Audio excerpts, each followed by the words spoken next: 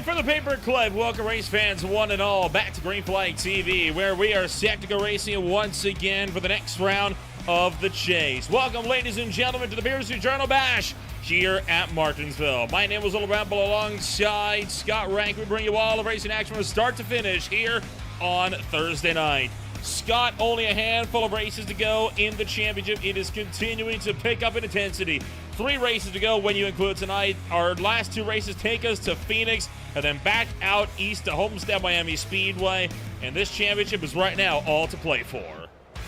Yeah, and over the next couple of weeks, we're also going through some situations whereby we're at short tracks, and this is going to be a tough one here tonight as well. Have a look at the lights on here at Martinsville and everything that's lighting up in the background. This one is going to light up the night.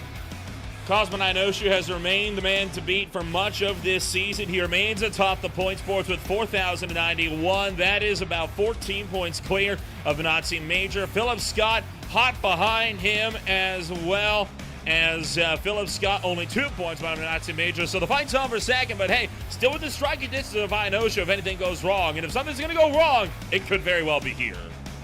Yeah, it's definitely here. This is the big risk. So, for both Justin Malolo and Cosmo Inoshu, for the run that they had going last week and getting themselves to the front at the critical points in time, that was one they could control. The thing is, when the drivers come to Martinsville, we know that the fuel tank is about 115 laps worth in length. There is every opportunity that this could be a no-stop race. You pit for fuel, you pit for tires, and at any point in time, you're coming through the field. That comes with risk. That comes with high risk, particularly for larger fields. We got 24 drivers out here tonight. Not the biggest field we've ever seen. It's actually on the smaller side, which, to be perfectly honest, there's not a lot of respect out there for Martinsville. So, yeah, this to me is more gladiatorial than Bristol ever will be. And look, that's a hot take, and I'm happy with that. One of the lowest track temperatures that we've seen all season as well here, right, Scott? Only 69 degrees Fahrenheit down there on the racing surface. Wind blowing off to the north at about 9 miles an hour. But with the lower speeds here, I don't think the wind's going to play too much of a factor in today's race. It's all going to be about that low track temp and the high humidities here at Martinsville. Yeah, so reasonably high, track grip, but the problem is actually getting those tires up to temperature. Now, normally with a hotter track temp here at Martinsville, they fire off a lot quicker. The lower the track temp, it actually takes longer for the tires to come up to temperature and pressure. You see a lot of cautions back to back. You're actually going to have guys that never really get their tires into that zone, so they're going to be struggling just to bring these tires up. Anyone that takes the time to bring their tires in gently, I think tonight is actually going to be punished. Well, that's a question of if we're going to be able to get a lot of those tires up into temperature, right? Martinsville has long been known for those cautions, breed caution style of racing. That said, last night for the Premier Sim Racing Outlap Motorsports Truck Series, they had about a half-hour-long green flag run back-to-back. So, hey, if they can do it in trucks, surely we can get it done in Gen 7 cars here this afternoon. Green flag running is possible. It's all going to be about patience and driver respect this afternoon. On the sim, actually, the Gen 7 car is actually significantly more difficult to drive, particularly around these sorts of tracks. And the reason for it is the stiffness of the cars. It's probably something we'll talk about across the duration here. Just keep an eye on warm-ups at this point in time. And by the way, the pole driver's actually popped in. Guess what? Guess who's sitting on the pole here, Nolan? You'll never believe this. He hasn't shot himself in the foot. He might do that if he jumps in chat and calls me a Kiwi yet again. We'll have to sit and watch and wait for that. But Martin Plude on the pole. How about that? Martin Plude on the pole. Several drivers going to be watching this one, unfortunately, from the sidelines, including Nick Cotilla due to technical issues, along with Stan Hausman. Hausman, I believe, has got himself, I don't believe, actually, at the sim here this afternoon. And yeah, he just confirmed in the chat as well, out of town for Stan Hausman. So he and several drivers not going to be present here this afternoon. So, well, they'll be watching along from the sidelines of what's bound to be a hot temper night here this afternoon. And, we were talking about Talladega, right? If anything goes wrong in Talladega, you want to get that beef out of the way. Here's the place to do it. We didn't get much of that beef, though, at Talladega. So who knows how tonight is going to go well. Yeah, this will be a tough one. I think this is going to be probably the most difficult race of the season. And the fact that it's actually in the playoffs as well. By the way, Garrett Austin's out here testing the Hail Melon. You know what? He made a move. Good for him. There he is right there. Well, with all that said and done, it's time to get a rundown of what this starting grid is going to look like here coming on up for the next 160 laps here at the Paperclip. Started on pole position, it's going to be Martinsville for Twisted Fear Motorsports, the Midnight Run, number 81. You got Stephen Gibson alongside with the Cookout, number 47, starting on the front row. Row number 2 on the grid, it's Philip Scott, starting alongside Canadian Matt Montembeau in the Mobile One Rush Truck Centers, number 28. Row 3 on the grid, it's Joey Barrett, running down in the 97 alongside Next Level Racing driver Nicholas Coates. Row 4 on the grid, it's going to be Jason Gracias in the Max Graphics number 1 alongside Garrett Austin's Gold Octopus Motorsports number 34. And rounding out the top 10, it's going to be Ronnie Norman, the Amsoil 32, alongside the Tiltified Cameron Cosman I Know Shoe starting deep in the field, not with the points leader wanting to start this race tonight. Gonna have to survive the early running, that's for sure. Ethan Amberg in the number 14 Highline Motorsports machine on the inside of row number 6. Hosea Vincent's gonna start along to his outside, the real tree number 4. Manazzi Majors Garage number 82, and the For the Fans GG Justin Malello 53 alongside. Off of row number 8 is Ryan Newman in the 15 Cinnamon Toast Crunch entry alongside of Scott Leonard's WTFMT number 19. Out of row number 9 is going to be Colton Easterdays, number 95. Outlier, the Good Ranch, number 3 for Jason Shue. And the final row inside of the 20, Ray Kent in the 3rd, in the 30, Smart Local 100, and the 109 of Stephen Kirby in 20th spot. Kirby not putting down the qualifying lap, the first driver not to do so, joined by 3 others, those being Jeremiah Vincent, a chase contender for the Budweiser, number 8, down to 21st, alongside the Toronto Blue Jays, number 22 of Mark McFadden for Jamba Motorsports. And then it's Tim Branson for the AEW, number 92, closing out the field here this afternoon. Jason Gracias picking up a black flag early here in this one, and he'll have to deal with that as we get set to go green this time by. Oftentimes, the driver that starts on pole position in these races tends to dominate the race here. Scott, do we think tonight's going to be the same way? No, there's enough laps here that anything can happen. So, look, getting a good launch is certainly key. Remember, this first start is also on the green, not on the leader. So, you know, that's the points graphic that we've got to keep an eye on as this one sort of progresses throughout the evening. And I'm keeping a close eye, I tell you that much. That's how the points will line up as they get started here tonight. The live point stand is up on the right-hand side of the screen, but they are bound to not stay that way as this race pans out. We're going to enter the United Rentals restart zone. Time to get the party started. It's go, go, go at Martinsville.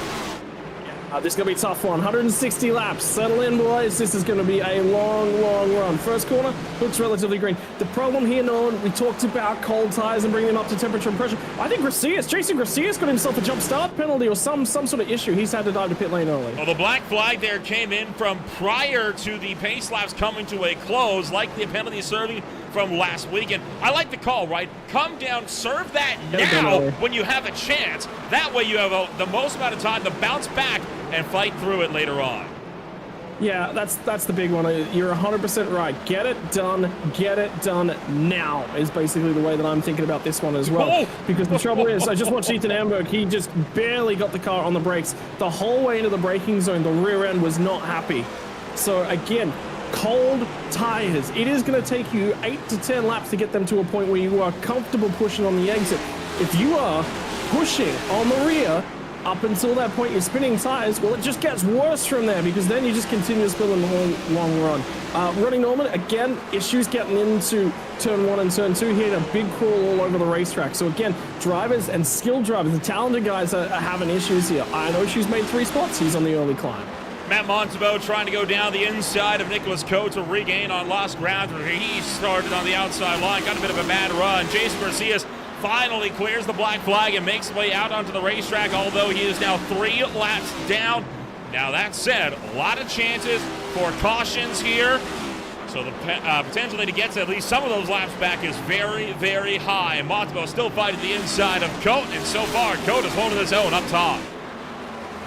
He's doing reasonable, so he's keeping that mid-corner momentum reasonably high. There's a little bit of contact. That'll trigger the first caution of the night. Slides around. Does a great job to keep it off the outside wall, at least, for Coates. That car could have been sent backwards into the wall, and, well, there is Stephen Gibson, the driver that picked up the race lead early on from Martinsville to drop back to third, and the caution is out for the first time tonight. Take a look on how this one is brought about as Cotilla is sent up, or sorry, Cote is sent up high in turn 3.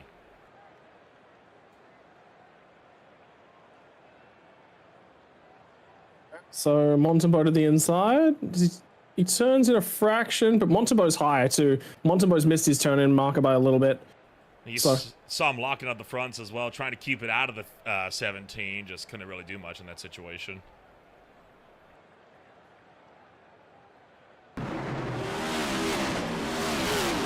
Yeah, this is a difficult one. I just watched this again. Yeah, it just gets into him just a little bit deep. You saw that inside front. You're going to see a little bit of that all night long. And it's, you know, there's no flat spots on these tires in the sim as of yet. That'd be a big thing. The problem that you get with flat spots, and what effectively happens is you create a flat surface on the tire where the tire locks up.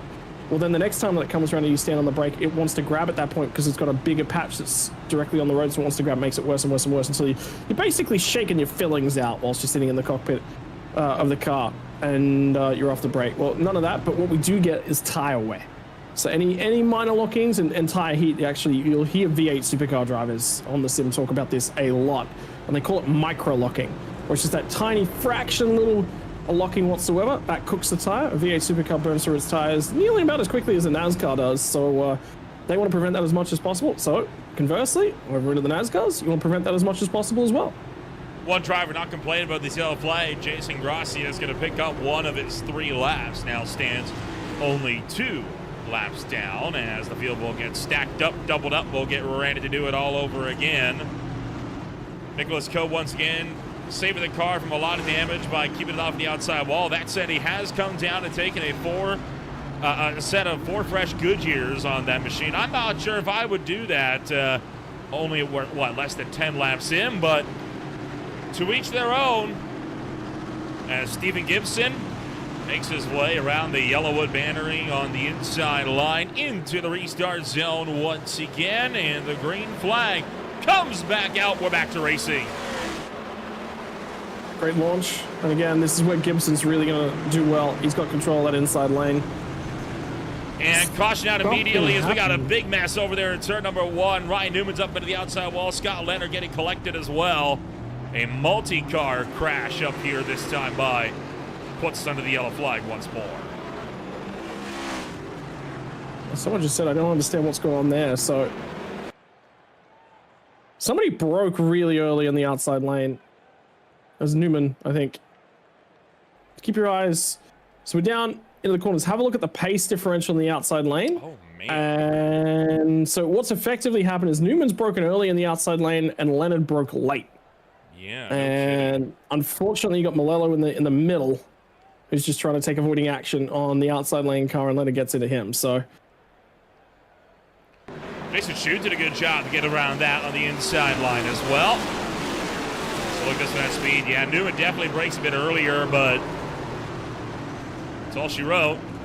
And there's Jason Shute. Quick course correction, jumps up high.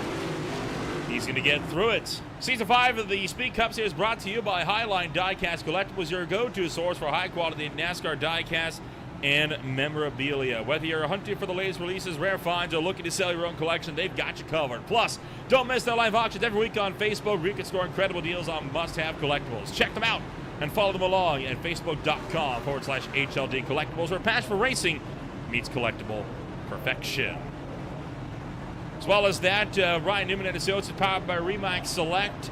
They believe that finding a dream home should be an exciting and seamless experience. Serving all of Michigan, their dedicated team brings years of expertise and commitment to personalized professional service that makes buying or selling a home simple and stress-free. Whether you're a first-time buyer, seasoned investor, or looking anywhere in the United States, they can help you by referring you to top professionals across the country. Trust Ryan Newman and Associates to guide you every step of the way. Your future starts there. Go make it a reality.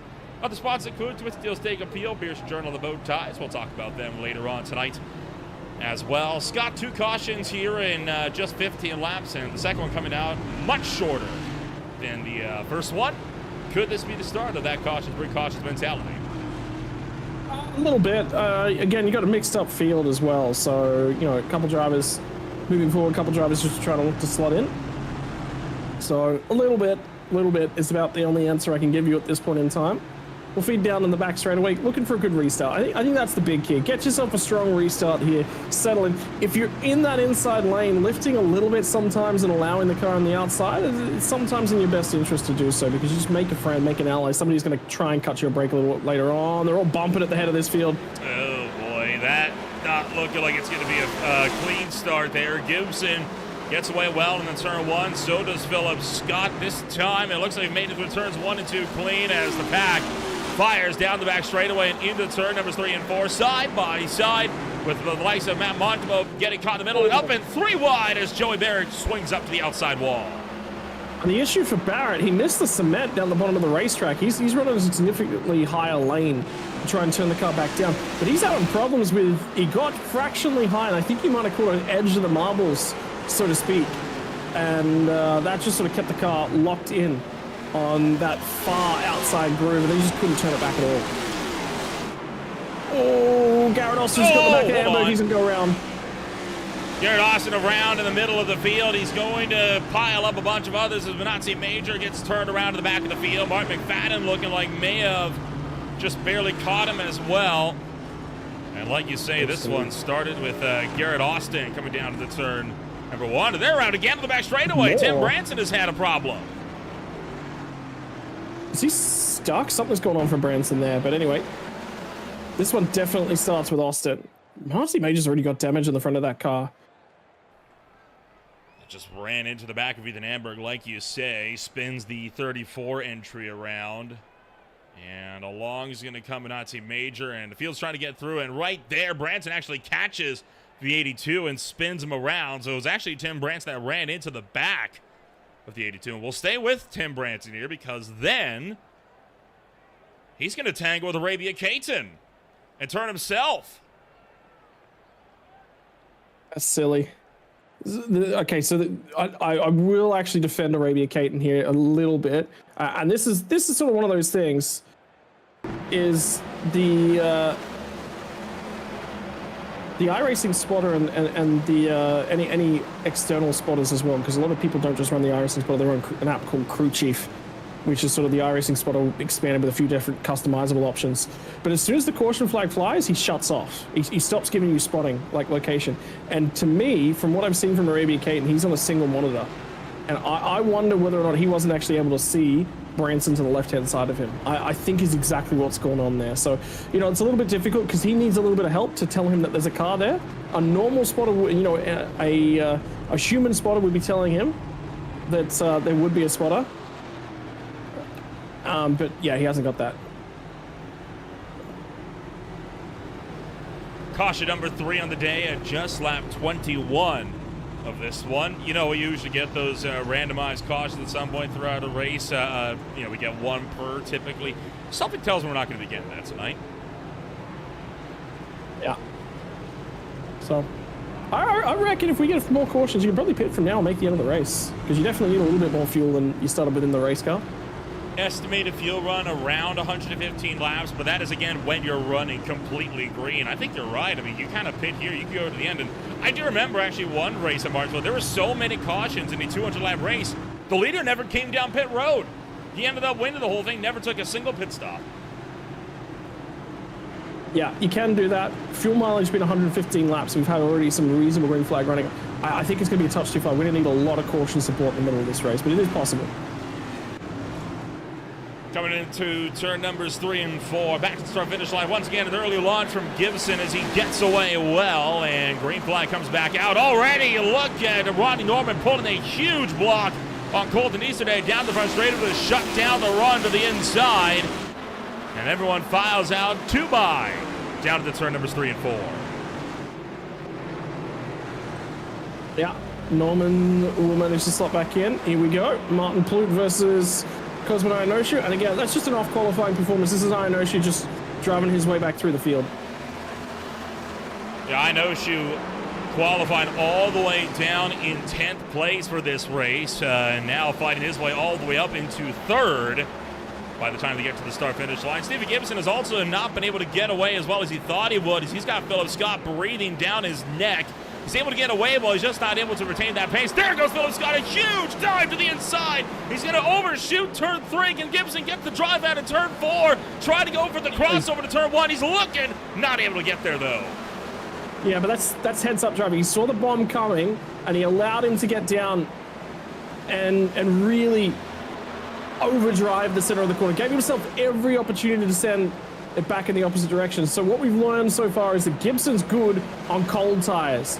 I know she's just given up the outside move. He recognized that wasn't going to work, and he needed to shut down Montembeau. Montembeau's got some really strong early run speed here as well. So a couple of comers and goers, a couple of guys who were good in qualifying, a couple of guys that missed their qualifying efforts and starting to drive their way back through the field. And that fastest lap time, by the way, from Phil Scott, that's what happens when the tires get up to temperature. Whole field now running single file as we cruise back down to the turn numbers 3 and 4. Philip Scott now opening up a gap of 0.7 of a second early on here. Ethan Amber getting a bit aggressive as the brake discs start aglow, and he's going to go to the inside Matt Montembeau and look to pick off another spot. Montembeau trying to hold on to the outside line out of turn 4. It is possible to do that. Very, very difficult. You really got to work on holding down your competition. Montembeau's not able to do that. Amber clears him for 5th. Yep, good overtaking. Again, smart heads-up driving. Get yourself into this race and work at it as much as you possibly can. You know, think about what you're doing with the car. Set the move up. This is one of those racetracks where you really have to work at a guy. By the way, Gibson's starting to fall off quite a lot. Oh, and now even boy. Blute's going to have a go at him. Pole sitter Martinsville nearly taking out the 47 of Stephen Gibson there down to the turn number 3. Thought for a moment he was going to run him clean over, able to keep him out of it though. Blue trying to get that over-under, back under. I like how he's backed off of it, right? He's like, okay, that was a bit close. Let's reset. It's a long race, still a lot of time to go after that spot, but every lap he waits, Philip Scott gets further and further away. Yeah, but that's fine, because you know there's going to be another caution. You know this isn't going to go green at the end. You want to be smart about how you set yourself up, right? You know? So realistically, he's being patient. He's not pressuring the first moment he gets. And have a look at I Know Shoot. He's going to take that crack at him as well.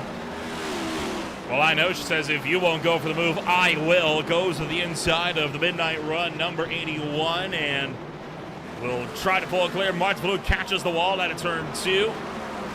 And I know she's going to secure the 3rd place position. So chase contenders now running 1, 2, and 3 further behind. Justin Mello, though, dropping back as Garrett Austin fights by him. Could just be a little bit of patience here at this point in time. Garrett Austin went for a slide. He might have come on through the pits and got some fresh rubber. So that sort of tells you what you can do with a pit stop up your sleeve. When you go for a slide on these tires, you absolutely want to look after him as best you can. Although he actually dived to the pit lane. I would have, you know, if I'd gone around and gone to the back of the field, I would have topped up for fuel at least. And coming to the pits for fuel and probably taking tires as well. Well, I can confirm he has not come down pit road. He is still running on those older tires. In fact, the driver furthest up that has taken tires is Nicholas Coate right now, running in the 10th place spot. And we got problems turn number 2 there. That's the Raven Catherine who's gone around right at the head of the field. And everyone looking like they're going to be able to get by him just fine. And a tough break for Caton. Oh boy, nearly wipes out Mark McFadden as he spins it across the track. Yeah.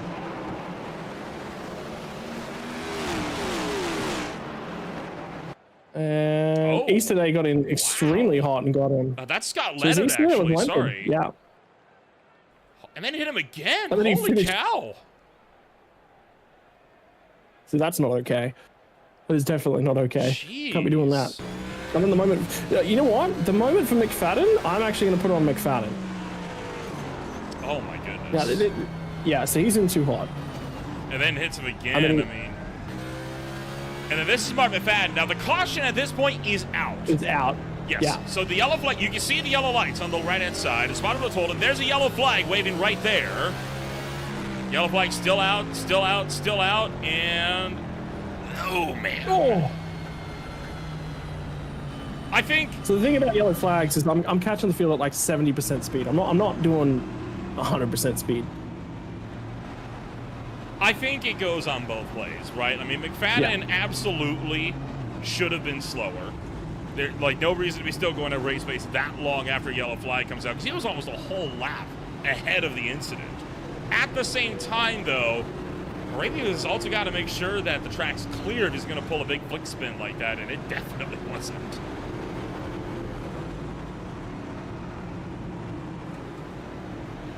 Oh. That's going to be an interesting one. I'll review it. I'll have a look at it. I think the big thing about sim racing is, I think this is one of the discussions you and I have already had, is, you know, when I'm reviewing stuff, and I make an effort of playing stuff over, and I'll always ask my teammates for pitching as well. And the big thing I said to my teammates is, do not have bias towards me. If you were being negative towards me, tell me exactly how you feel about this one.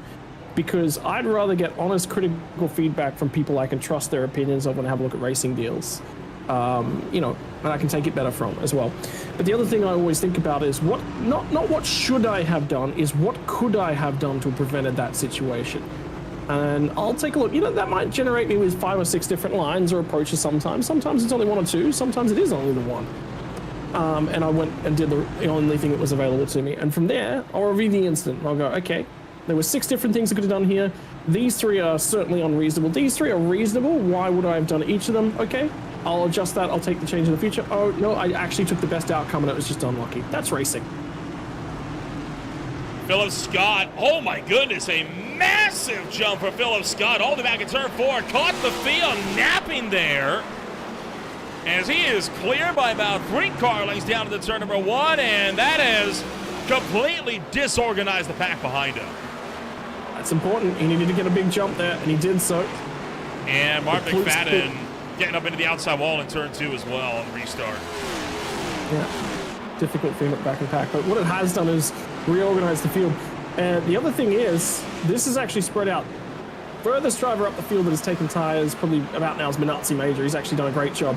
But Stephen Gibson came to pit lane. There's a car around. That was right in front of the guys that are on fresh tires.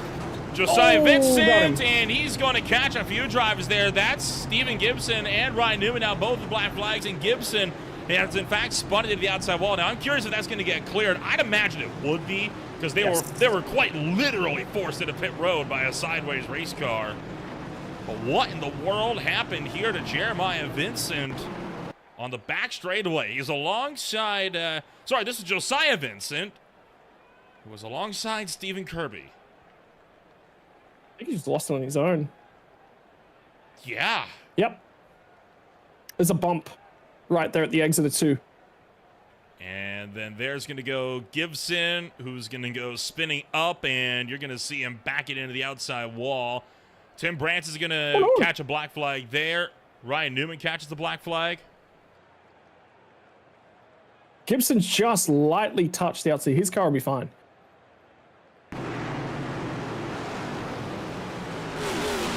Too much throttle there, it looked like, for Josiah Vincent as he goes into the outside wall. And then here comes the 47. Oh, man. And one driver very lucky to get around this, Justin Mello, right on board to the 53.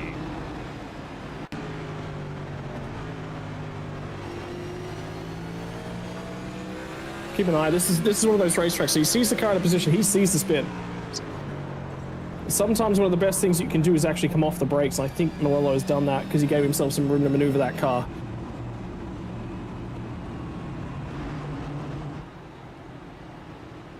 Almost 50 laps in. This is what, caution flag number 5 or 6 now? It's 5. 5. I kind of figured it was 5. I figured I was still counting, right?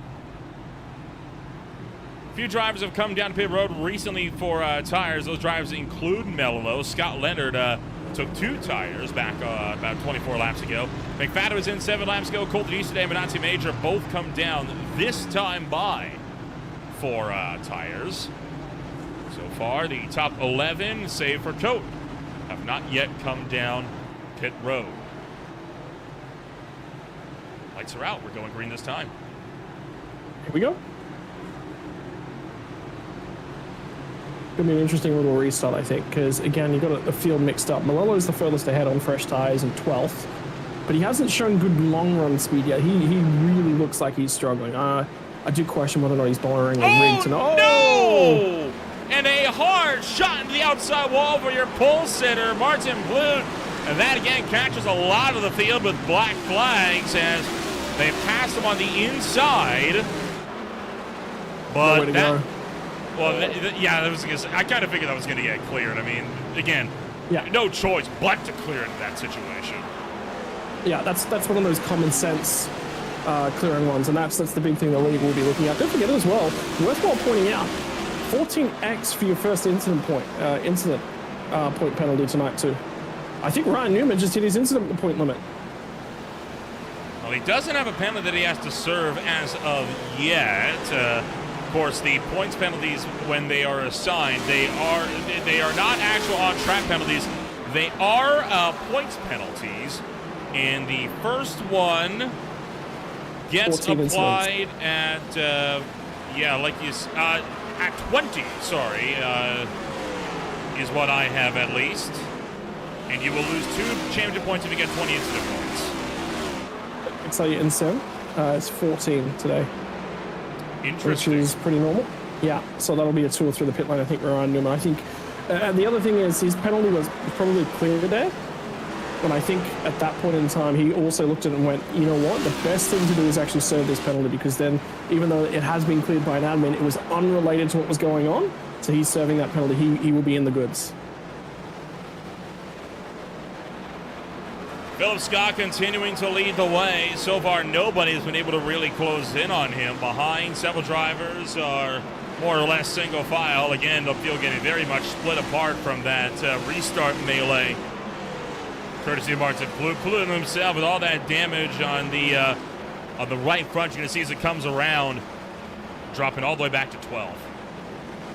Yeah, they're also one of the tracks with damage is not going to impact you anywhere near as much. It can if it goes on and on and on, really drag out for you. Jason Garcias, by the way, up to 10th at this point in time. He's the lead car on tires, so he's having a pretty reasonable race as he cuts his way through the field. We need to get an eye on Jeremiah Vincent. I think is pretty much in a must-win situation now. I think he's going to win and finish on the podium next week as well. So.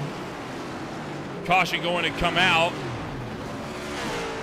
Not getting eyes on what for. Possibly Jason Shu. Maybe.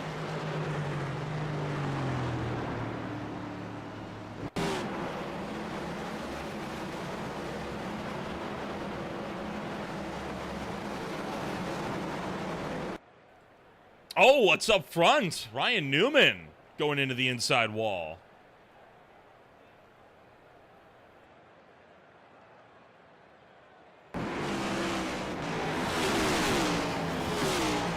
Ooh, Phil Scott's the only driver to stay out. Oh, man. Newman caught the back of Melilo on the brakes, and that's what causes all of that. But pit stops underway for pretty much the entirety of the field here. Justin Melilo with a black flag to serve, likely for some kind of a pit road violation. No, except it isn't. He hasn't pitted the That'll be an incident point penalty. That'll be an incident point penalty. And that, I think that's about the 3rd incident he's been involved in. It'd have to be the 4th to get the penalty. So. The field making their way out of pit road this time by set wrap, by the way, on Jason Garcias. You know, I think this is honestly impressive, right? You know, we mentioned he had to go down 3 laps with that penalty. Well, back on the lead lap. He has been for a while. You mentioned him fighting up there, fighting for a top 10 spot. Goes to show at Martinsville, just because you're a few laps down, now you stick with it. You never know what's going to happen.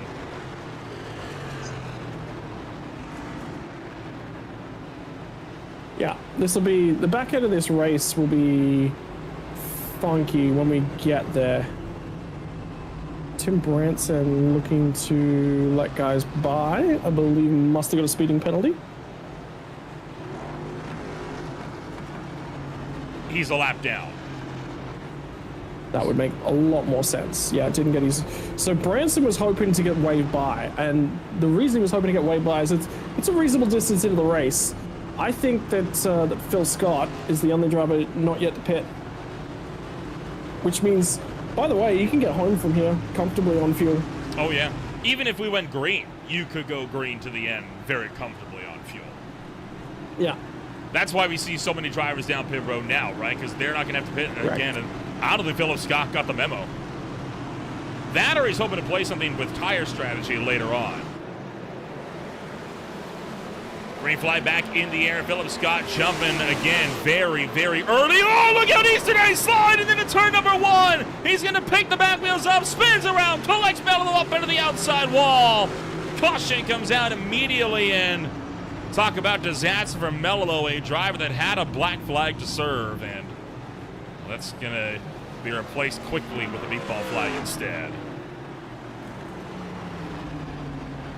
Yeah, that's bad news, and that will be Malolo's night done, and there is a good chance he's done for the day. That will be his playoffs done as well.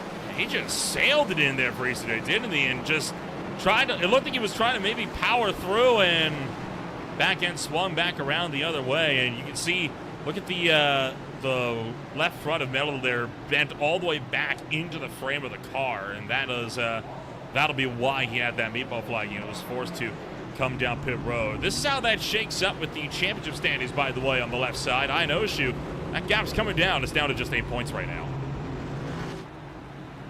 Yeah, Phil Scott's in a good position. I know, but the problem is for me, I think he's still got a pit stop to do. That's my issue with these current positions. So, you know, tires are looking good for him. He's had good long run pace, so he can chill out. Malolo, by the way, done for the day.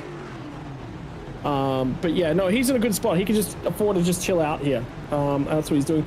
I know she's only a couple spots in behind. He's come to the front with the corrected strategy, and he's sitting in a really good spot on strategy. What just happened to Easter Day? What's he doing here? That's a very good question. You know what? I think he didn't beat the pace car out of pit road, so he has to stay out to avoid losing a lap.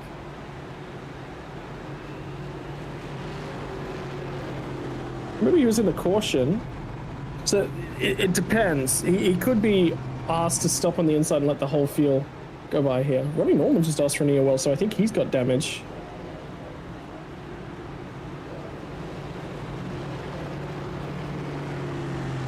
And Easterday's not getting the wave around, I don't think. Now he gets it.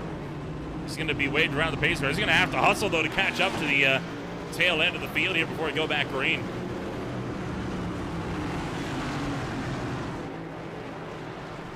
Benefit short pacing laps though, so.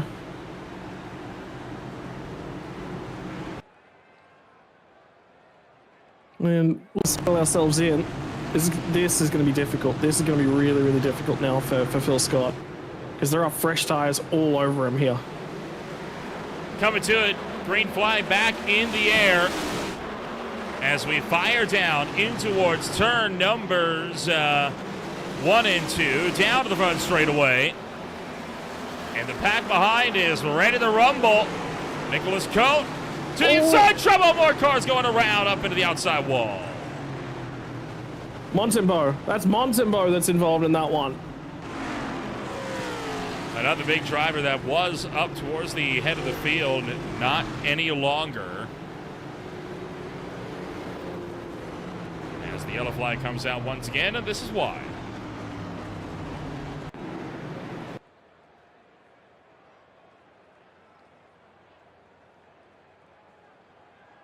Is this Garrett Austin perhaps getting in deep on the brakes again? Yeah, it is. Oh boy. That's the He's second hot. time he's done that. I think it's more than that. Because remember, he's had more contact than just that one as well. That's like the 4th or 5th time he's gotten into someone. Hard hit into the outside wall for the 28. He's going to have a lot of damage to fix up now as a result of this. Man, that's a hefty shot up into the wall.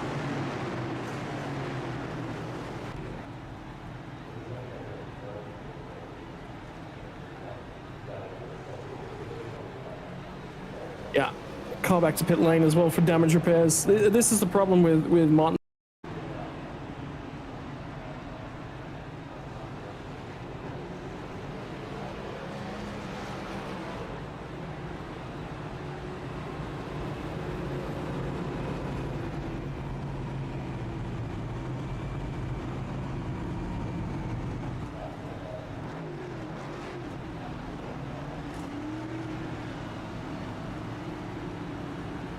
actually kind of need drivers. See how Jason Garcia's under caution's all the way up there? You kind of actually need drivers under caution up there and moving the marbles around. Well, the bottom lane has always been the fastest way around the Martinsville Speedway, so several drivers might be also trying to just keep to the inside and make sure that that inside lane stays clean, as we are going to get set to go back to green flag racing here, this time by not a lot of time is left potentially if this race goes green. This time Philip Scott holds the field for a little bit. Bit of a catch-22 on that one as he jumps to it, clears, and once again we are underway. Very curious how long it takes Cosmo and Ocean to get to him. Ronnie Norman's having issues at the back end. I think for Ronnie Norman, he's actually just intentionally dropping to the back at one just to stay clear of whatever's going on.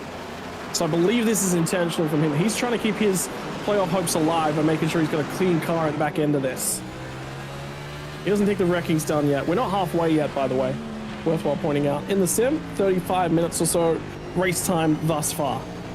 On board with Cosmo and Oshie here as we will take 90 laps to go from the Beer Street Journal Bash at the Martinsville Speedway. New fastest lap of the race set by Philip Scott, but Oshie was still hot on his heels and trying to chase him down.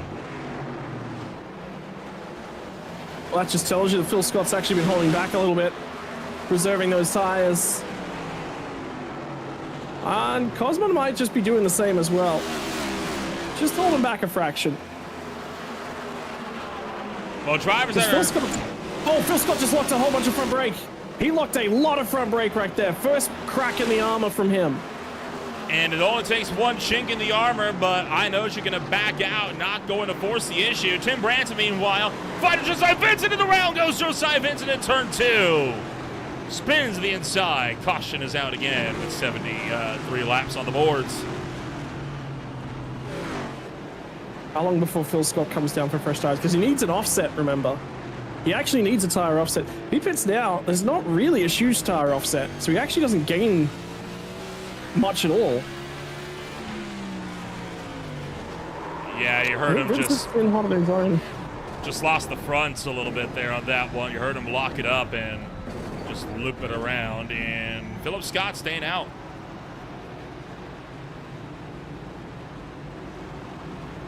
I don't blame him. He's still got control. So all of this as racing action continues on from the Speed Cup Series. We'll take ourselves with a real quick step back. We'll be back with more in a moment here on Green Flag TV. Stay with us. Racing isn't easy, but experiencing it is. iRacing puts you in the driver's seat with the industry's leading sim racing game. Drive on laser scan replicas of the greatest racing circuits from around the world. Go head-to-head against other drivers chosen by skill-based matchmaking to ensure competitive racing at every level. Compete across all your favorite series. In officially licensed cars, engineered to deliver the most accurate driving experience possible.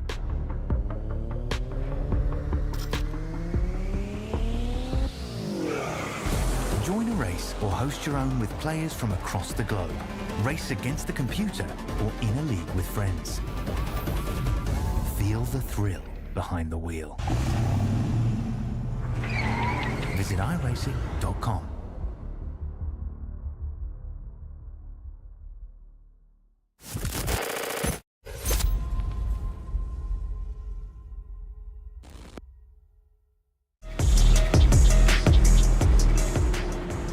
Live from Green Flag TV once again, we welcome you back to the show. My name is Will Remble alongside Scott Rankin as we are closing in on halfway home here in the Beer Street Journal Bash at the Martinsville Speedway.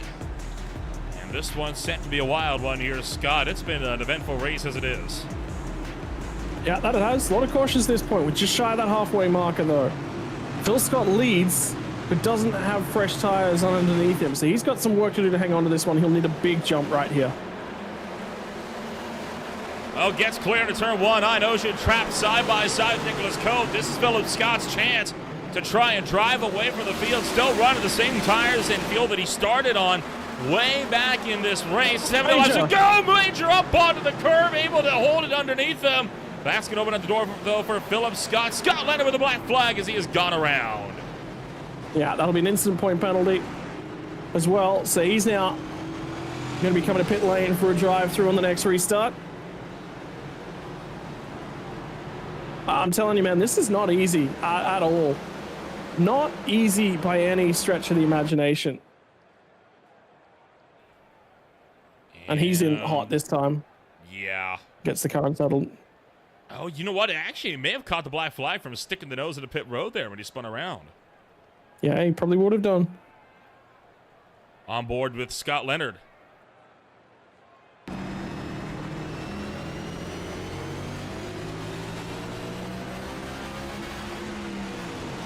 Oh, Caton broke a little early ahead of him.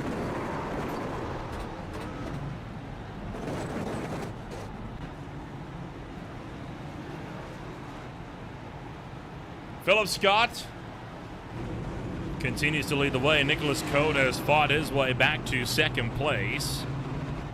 So far, biggest mover on the day, Jeremiah Vincent up 15. Tied for second is Kirby McFadden and Branson, all up 11. Martin McFadden has been collected in his fair share of incidents today, but has just been powering through it, and he's looking for a top 10, which would be one of his best results in Speed Cup Series history. Still seeking that top 5.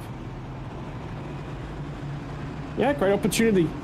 And this is realistically what Martinsville is about. Opportunity. It's going to come your way at some point in time, but you've got to be there and make sure that you're ready to grab it. You are going to get a longer green flag run. We've already had a couple of those to this point. And cars are starting to get eliminated as well. So what that means is that green flag run, it is coming. It is coming our way. Well, I hate to break it to you. You say that.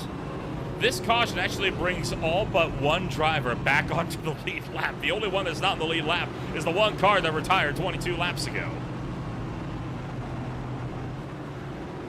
If anything, these cautions have been helping bring the field closer together. Yeah, but there's some damaged race cars out there now as well. Ah, true. So, you know, the speed of some of the drivers towards the middle and back half of the field has gone away from them. Martin Plute's a really, really good example. He's probably got a race car that's about now back up to spec, about up to standard, so he'll have something to start fighting with. Green flag. That on the pole.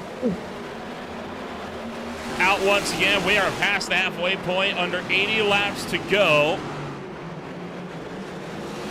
Scott continues to lead the way, and already we got them beating and banging over there in turn 1. So far, no issues. Can we keep that through 3 and 4?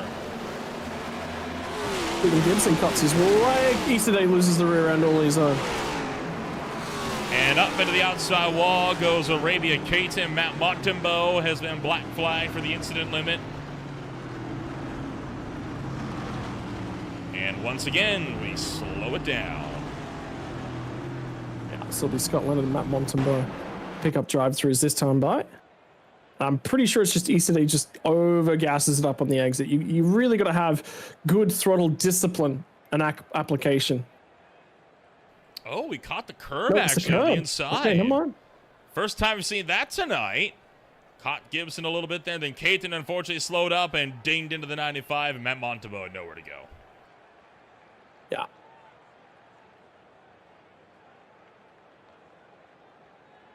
Unfortunate. Caton's going to jump to pit lane and get some damage repaired. Matt Montembeau is going to do exactly the same. So, yeah, look at the damage on a couple of those race cars. So here's, like I said, this is where it starts to get choked up. And drivers start losing what they've got available to them. I think Scott Leonard might have been on pit lane for a drive-through penalty when that caution actually flew. So I think he's actually managed to clear his successfully, because the critical factor is you've got to be in pit lane when the caution flag. You already got to be serving the penalty when the caution flies. If you're already serving the penalty, you are good to go. So if it's a drive-through penalty for incident point limits, which Scott Leonard's was, he was on pit lane, he is going to lose 1 lap instead of 3 laps. One thing that I have is an interesting question for you here. We talked about it earlier, right, about you can run significantly longer than 115 laps on fuel if we get the cautions precautions we've been having. If this keeps up, can Scott go the end without pitting? Potentially. So what we have, we've probably had somewhere in the realm of 8 to 10 cautions now. Each caution about 4 to 5 laps. I reckon you can save 2 laps worth of gas every time you get a caution. So we're up to 20 laps worth of gas. Let's say he's banked 20 to 25 laps worth of gas. He's going to find another 20 more. He can do that, and we are just past the halfway marker. I'm not saying it's likely, but he is running a big risk. The benefit he's got, though, now, is if he's to pit here and say, you know, we get another caution about 15 laps from now, he'll have enough of a tire offset that he'll drag the bulk of the field with him, and he'll actually be okay. Field getting set to go at it once again here as the R16 pace car makes its dive into pit road.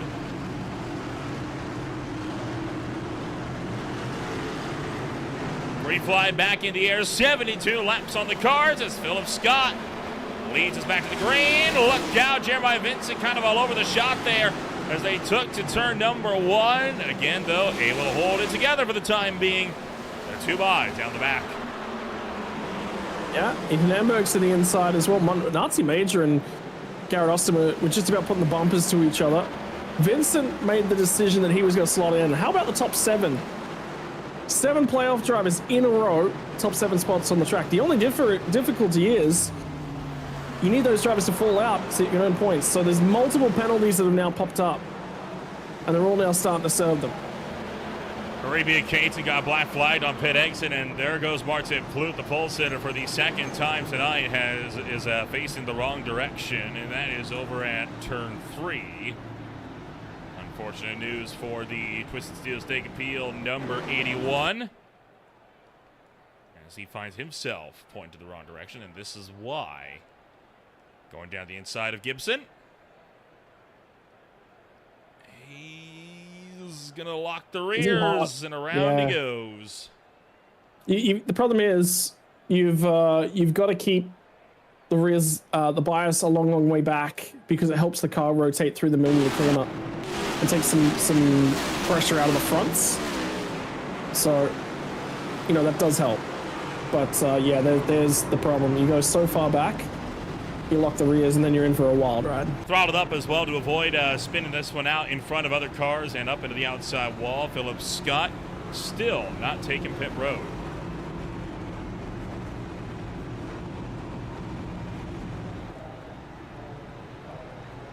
I think he's close. There's chalk another 2 laps up. Let's say he's getting close to 30. Somebody just asked him the question, can he make it? So he just jumped on the radio. He said, I got 10 laps of fuel more I got to save. We're close. We're very close for Phil Scott actually making it to the end of this race. But the big thing is, tires start to become a little bit of an issue. They're pressuring them. They're at least starting to get some pressure in. But now we've had a couple cautions back to back. Some of that temperature, some of that pressure drops out of the tire. So restart here is going to be a little bit more difficult now. Because again, you got to try and get some temperature. You got to get a heat soak back into those tires. You got to get them fired off once again. And these cars, the next gen car, does not like the low pressure tire. The reason for that, the cars are set to run as low as they possibly can on high pressure. So when you take pressure out of that tire, because it just doesn't have the air in it, that means some of the car is actively sitting on the racetrack. So the ride height changes. Why would you not set a car up for cold tire pressures? Well, the reason you don't want to set a car up for cold tires is because that's not where the car's going to be operating most of the time. You want to give yourself the optimal pressure and the ride heights for when the tires are up to temperature and pressure, because then your ride heights are going to be nice and stable. That's where you're going to be sitting and where you're spending the bulk of the run at. So that's what you're aiming. So of course you're not going to set it up for cold tires, which means you've got to deal with the issue of the car dragging on the ground. Here we go, another restart. Green flag back in the air as we hightail it down towards turn number 1. Philip Scott in control, but Nazi Major gonna send Nicholas Code down into Colorado, stacks up the field into the outside wall. And we got a parking lot over here in turn number 2 as the field goes around. Well, in Coates' defense, he was clear when he turned in. But I thought that I definitely feel like that gap was always going to close. But he needed to, if he was going to cover the inside, he needed to get down there earlier. He left that door open for an eternity.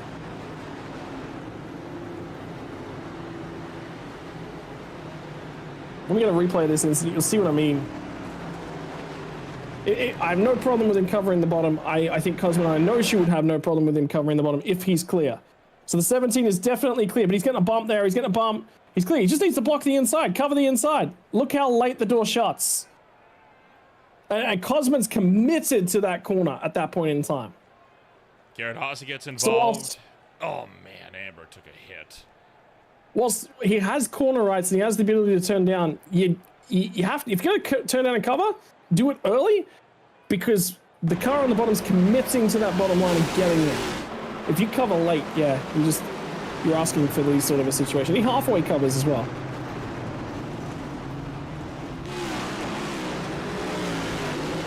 So it was Amberg and I think Joey Barrett also involved. I tell you what, I think Cosmo and No-Shoe came to pit lane for some damage repair on that one.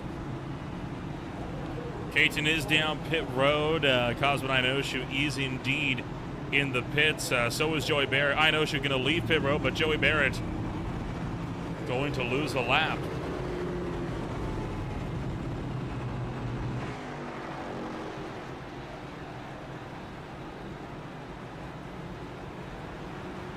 Yeah. I think somebody else might have gotten into Inoshi as well.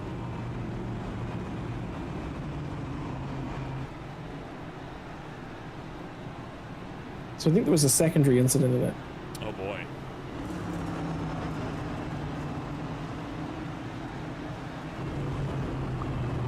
Well, Cosmo Inoshi going to continue to lead the way at the tail end of the field here, while Philip Scott heads the field.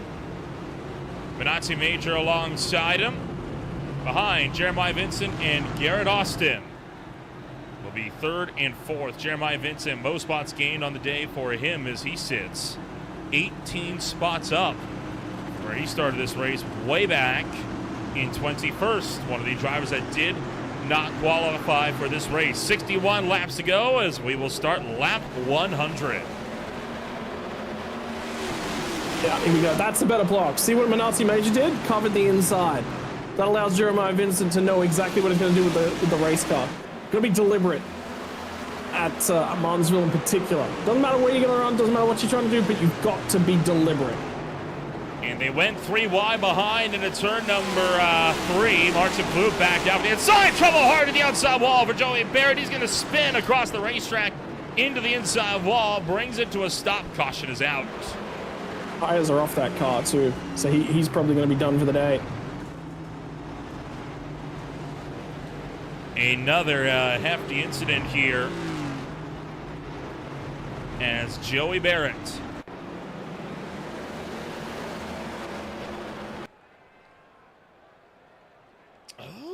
I think just got him. Yeah, a bit of neck code, I think, helped it out with Scott Leonard, and then fired back cross track into the inside wall. And that was all she wrote. I'm fairly confident I saw wheels off that car too. Montembeau's done for the day.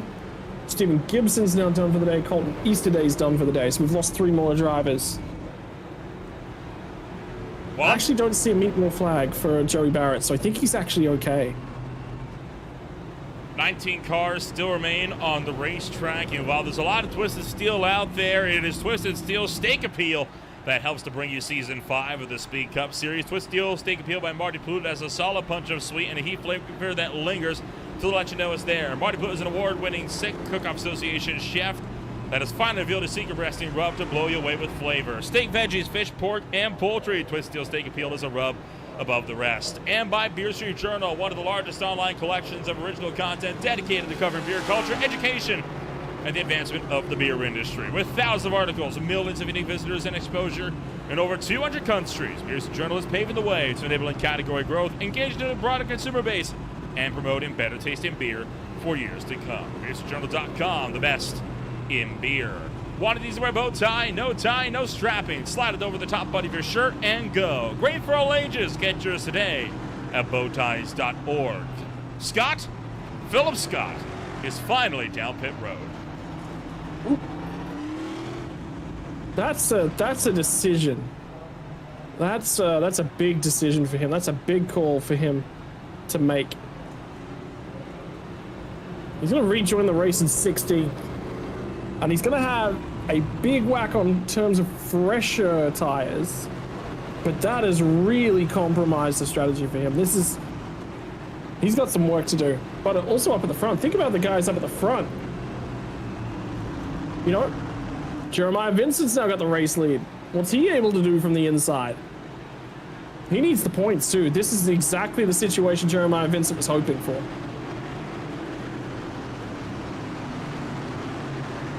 Jeremiah Vincent coming around to the turn numbers 3 and 4. He's going to jump on the loud pedal. Green flag back in the air for the first time. Jeremiah Vincent leads the field to the green flag in turn number 1. Jared Austin didn't get a great start from the outside of front row. He's going to slot back in, which is smart again. He just needs to protect.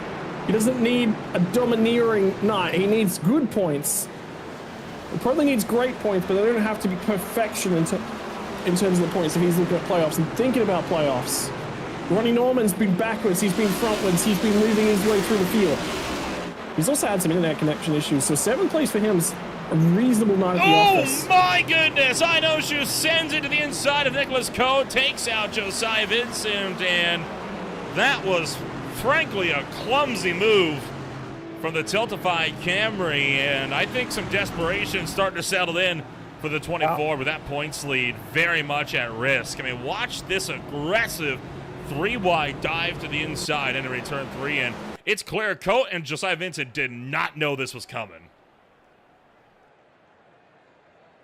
Yeah, 4-car on the outside, and Coates again. Coates trying to block, but at the same time, it's a half block. He's still leaving a gap to the bottom of the racetrack. If you give a top level driver a gap to the bottom of the racetrack, he's taking it.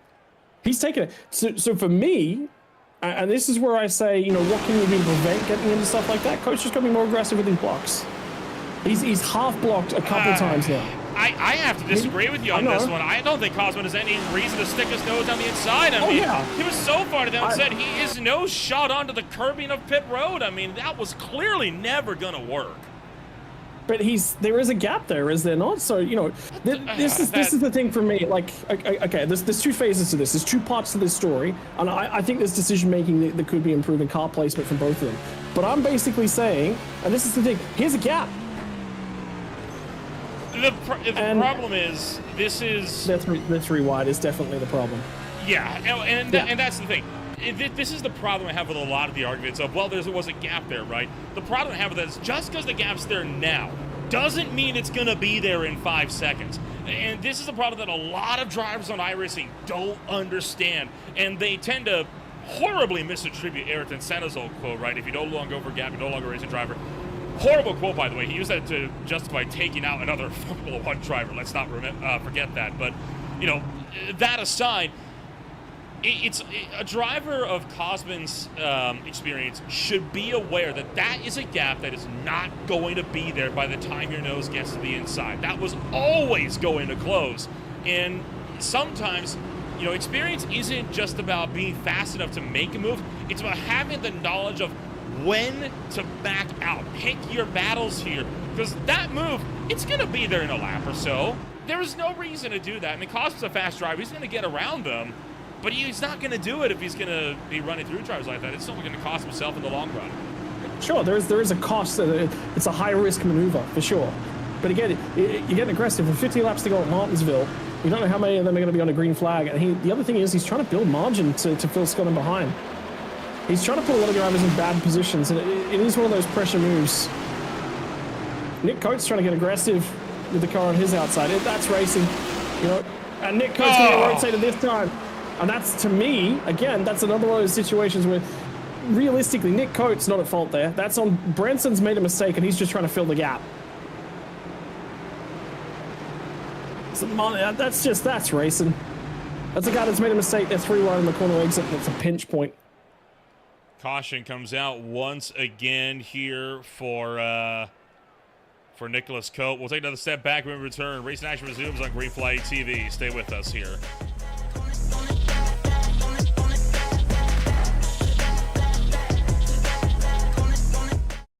Racing isn't easy, but experiencing it is. iRacing puts you in the driver's seat with the industry's leading sim racing game. Drive on laser scan replicas of the greatest racing circuits from around the world. Go head-to-head against other drivers chosen by skill-based matchmaking to ensure competitive racing at every level. Compete across all your favorite series. In officially licensed cars, engineered to deliver the most accurate driving experience possible.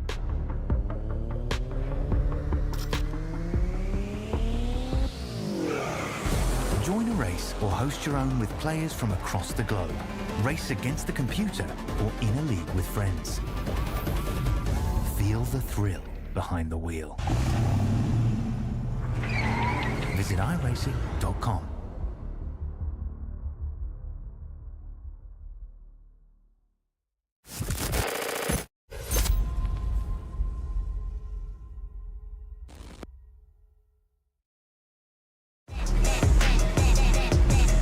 Welcome back to Green Flag TV, where we are currently under caution for the umpteenth time tonight. Taking a look at the championship standings as they run, as Inoshu still somehow maintaining that 8-point gap, by the way, as a result of other contenders not having the most ideal of nights. But again, Minata Major running that points gap down. Inoshu is still not safe. Yeah, and this is why he's being a little bit more aggressive at this point in time. So Major's not actually had a great race. Let's be fair. He's actually been involved in a couple of incidents, but he's been managing, to my mind, Minasi's actually been quietly chipping away at things in the background. And that's why he's had a good race. Garrett Austin's probably the underachiever. We barely talked about him. He's sitting third. He started this race. He did not have a great first half to this race, but his second half of the race has been brilliant. Green flag back in the air as Jeremiah Vincent leads the field into turns 1 and 2. And just as you say, Garrett Austin's praise as he gets into the door. Minotzi Major and watches him up the racetrack. They're able to keep it straight. But man, it is getting dicey out here as Ryan Newman's been turned around. Ronnie Dorman escapes up high. We stay green. You can see people starting to get less and less patient with the amount of laps on the left.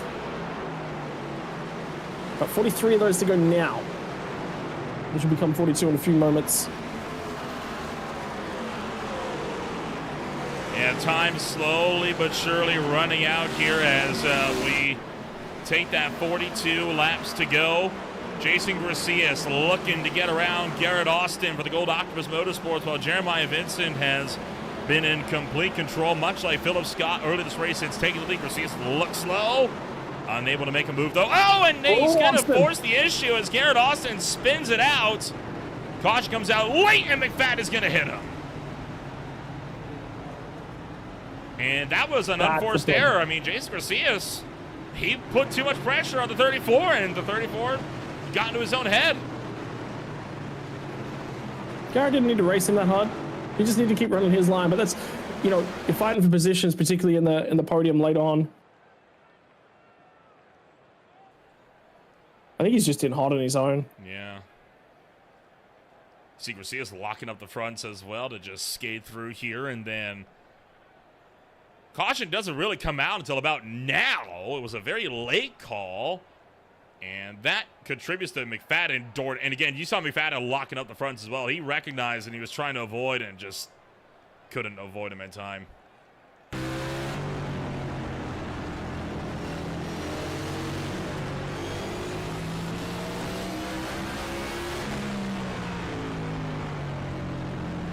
He didn't even see him until the last second.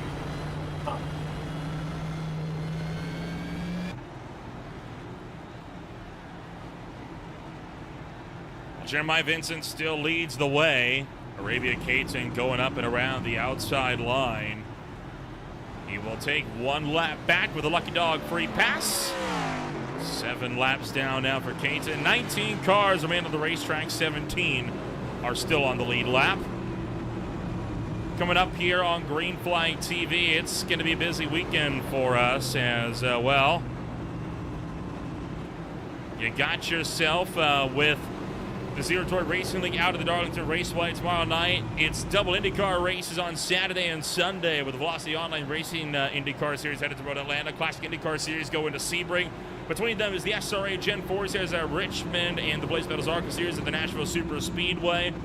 The High Tide Racing League kicking off their season opener for season number 5 at the World Center of Racing down to Daytona. Justin Prince and I in the broadcast booth on Monday nights for the 5th season competition for one of Monday's flagship series on iRacing.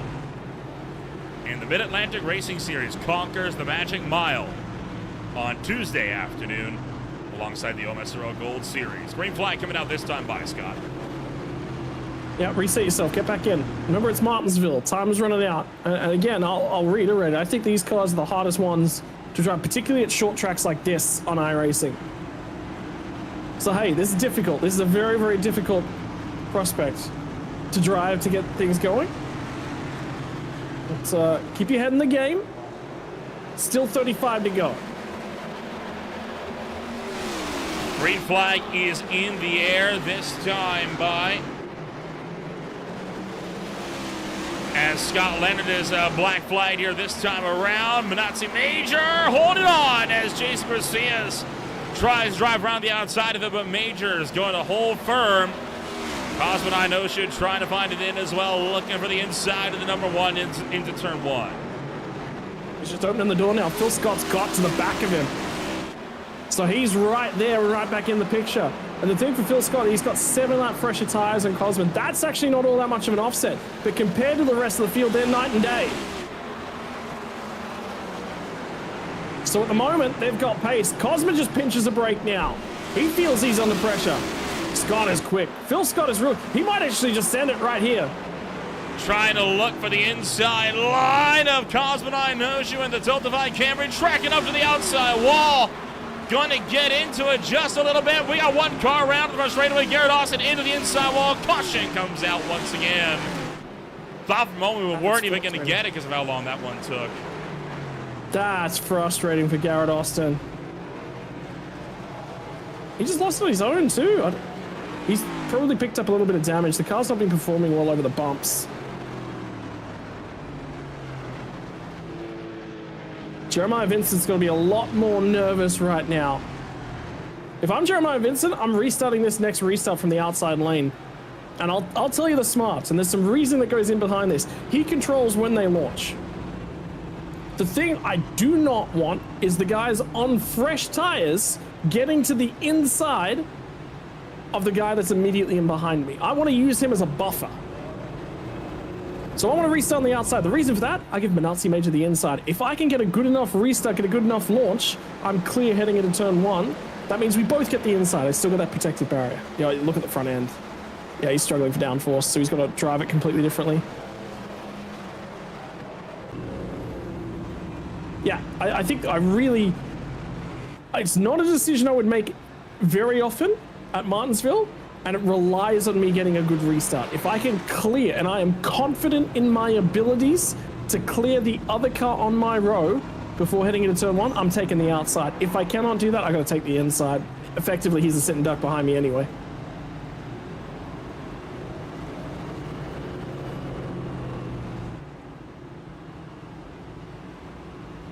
It's a tricky one. This is not an easy. Yeah.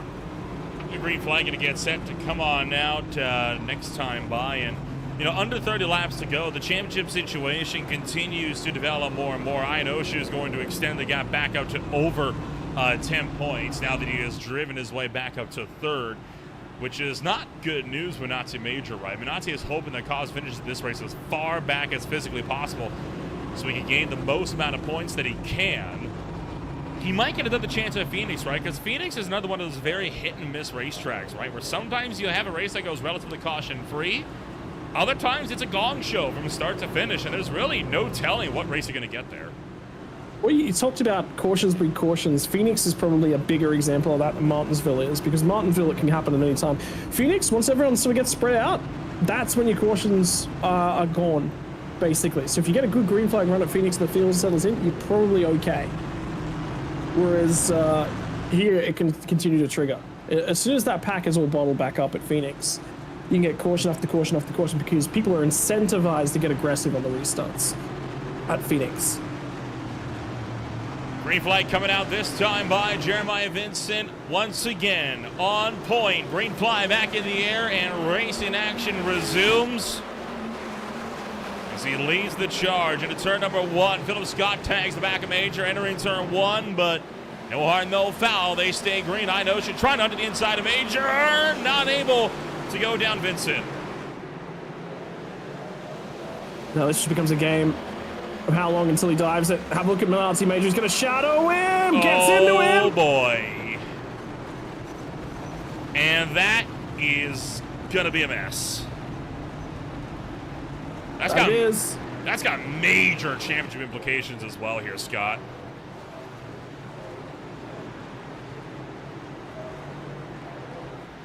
Lot of black. Sorry to cut you off. A lot of black flags. I know shoe, Garcia's coat, Flute, all with black flags, and it kind of looks like the 24 was already started to lose on the way in, and Major just kind of finished the job. Yeah, that's the exact analysis I was about to give. I was just trying to look at it from a couple different angles myself. That's not an easy one. And the issue for Cosman is he got his nose chopped a little bit by Jeremiah Vincent. Yeah, we'll take a look here. We'll slow this one way down, right, and we'll zoom this way in. Watch. Right there, he's already turned to the right. That car is already loose, and right here is where Major actually hits him well after that car was going around. Watch the hands. If we can go back and watch that same shot again, and just watch Cosman's hands. That's the telling factor. And it helps that he's got really, really bright gloves. That's what you're looking for. Watch the hands in the 24. So he's starting to lose it. Light correct. Have a look at it. You can tell when he gets hit, because the hands move a lot more. Yeah. And at that point, it is just on. That's Martinsville, baby. And that stacks up a good half the field there as well. I'm shocked there weren't more cars besides Stephen Kirby that really got spun around. This one Major saw right from behind. And once again, you're going to watch this here as on the brakes. Already, that right there, the back end starts to go around, and right there's the contact. Yeah, and then there's the contacts, yeah. And it's subtle. It's really, really subtle. Now, Major definitely got into the corner hard. I'm not, you know. Oh, yeah, he was probably going to hit him anyway, but he definitely was not the catalyst that started this one. And the problem is, once you see that car ahead of you start to lose it, you sort of, you're trying to cut low a little bit. You jam on the brakes as well to try and get the back of him, which actually locks tires. So there's an element that's, Minardi's not as at fault because of those facts, but he definitely would have gotten into the corner hot. I think, based upon the racing situation of everyone, I think he was still getting into the back of the car. The big issue is Vincent sort of cutting noses a little bit, which is normal. That's the normal racing line, and Cosmo's trying to drive around it. So I know Shu is restarting in fourth, but he has a black flag. He has to come down and serve that. That could be a major championship deciding factor here. Up wide, Philip Scott being bodied out there by Ryan Newman, and holy God, we got him fighting on the back straightaway here as Josiah Vincent going to go around. Sorry, it was Vincent caught up with Ryan Newman. Arabia Kate going to spin it out as well. And I know she was not able to get down pit road to serve the penalty. Gracias and co did come down, but they weren't able to get into their stalls. It's a drive-through penalty, so we won't know until they clear. But the big thing is, did they get into the lane before? If they entered the lane before that yellow flag flew, there is an ability to serve this penalty without losing a lap.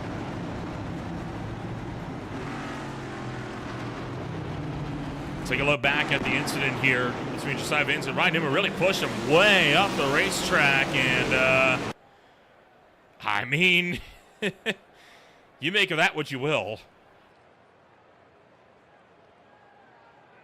And then unfortunately McFadden ran into the back of Arabian Cages. Camden chopped the nose, trying to avoid as he's going to spin up and just avoids the outside wall in turn 3.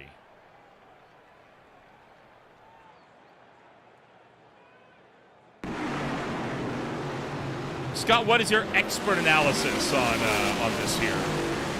Not touching it with the 10-foot pole. I think Jose has had a lot go on today. I think that's Martinsville brain kicking in. That is short track brain. Ryan Newman definitely went in there hot, right, and kind of took advantage of Josiah Vincent running up wide, and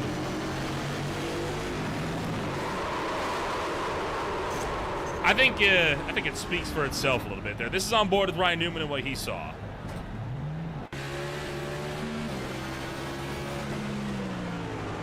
Oh man, he drove it in there deep, didn't he? I mean, he was not making that corner regardless.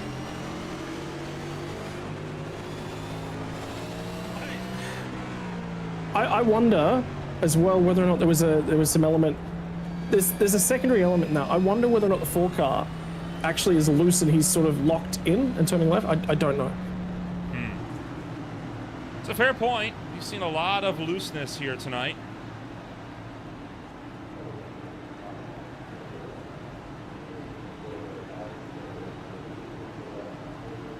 Well, we will restart this race this time by 17 laps the distance. Cosmo, I know, she still has served the penalty. The guys that came down pit road were not able to serve it.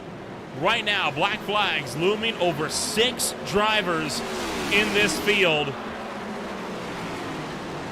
Now, I know she and Martin Plute both need to serve it this lap. They've got to serve it this lap.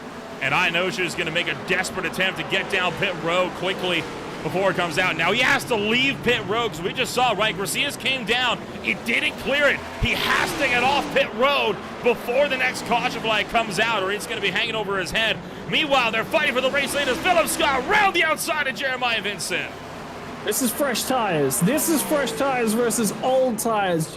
Vincent came down at the end of lap 55 on a caution, but he shipped Phil Scott in, and then he got into the marbles. So now he loses ground. Now he loses time. 16 to go. And I'll counter that point about the pit stops and the penalties. And the reason I'm going to counter it, those cars that did get onto pit lane got onto pit lane after the caution flag flew. They didn't make it in time.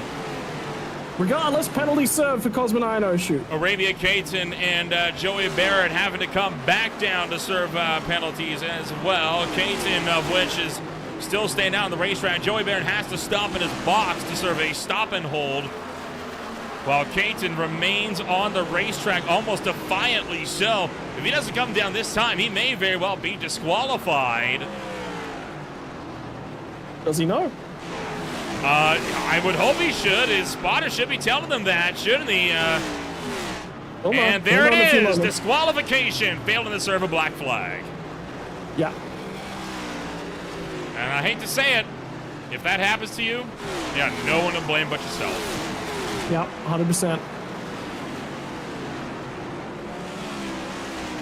It's a busy job being a race car driver. Oh, yeah. There's a lot going on. Phil Scott's still got pace, though. He's driven by Menanti Major. Now we get some green flag running. How about Ethan? Oh, no! Phil Scott gets to the barrier. Did he get blocked? What just happened? Right front's off that car. Philip Scott effectively game over in the battle for the lead here, and we'll try to get a look on what happened here once this settles out a little bit. The field struggling to get around him as he goes in deep and hard into the wall again up in turn number 3. Right front with major issues on that car. Take a look on what happened here to Philip Scott. This was coming into turn 3. Just off the exit here. Something happened. Oh. Vincent got a wobble on. And then oh boy. Big block from Jeremiah Vincent to Philip Scott, but there was no contact. Scott lost that on his own, trying to go evasive while trying to keep speed up and just push the car too far. Not over for the race lead, though. This is Ethan Amberg, who needs some points. He's got some points to earn. He's got time here. He's got 8. That'll go by in a heartbeat. Make it That's 7. going to end up being about 2.5 minutes he's got to get through here. So he's got time. He's got to wait for a mistake. There's the opportunity. Now drive it well off the corner. Trying to get the move going for me. Oh, another big block for Jeremiah Vincent. Ethan Amber now to the outside of him. As Jeremiah Vincent driving out of the mirror right now. He's going to hold that car to the inside once again. Ethan Amber trying to dive this one in around the long way. The Budweiser number 8 holding firm down to the inside. And Amber can't find a hole. And it's the manipulation of the car turning back to the right. Remember, they designed to lead left. Amberg is doing everything he can do to not get on the back of Jeremiah Vincent here. He's going to have to go the long way round. This is fresh tires. The nose. He got the nose barely ahead at one point there on the corner. He's got him here down the back straightaway, side by side into turn number 3. Cosman Inoshu closing in as well. Now Inoshu a lap down. He is trying to see if he can maybe get the lead lap back. 4 laps to go. No trouble, but straightaway Tim Branson's going to go around into the inside wall. The black flag comes out. Caution comes out, and Amber got the lead. I think he got it. The time, it'll come back to the last timing loop, but it'll be tight. And you know what? Jeremiah Vincent surrendered it. I think he got it. Unbelievable fight there for the top spot. We'll look at how close that was in just a moment while Tim Branson got a bit of a helping hand here on the front straightaway.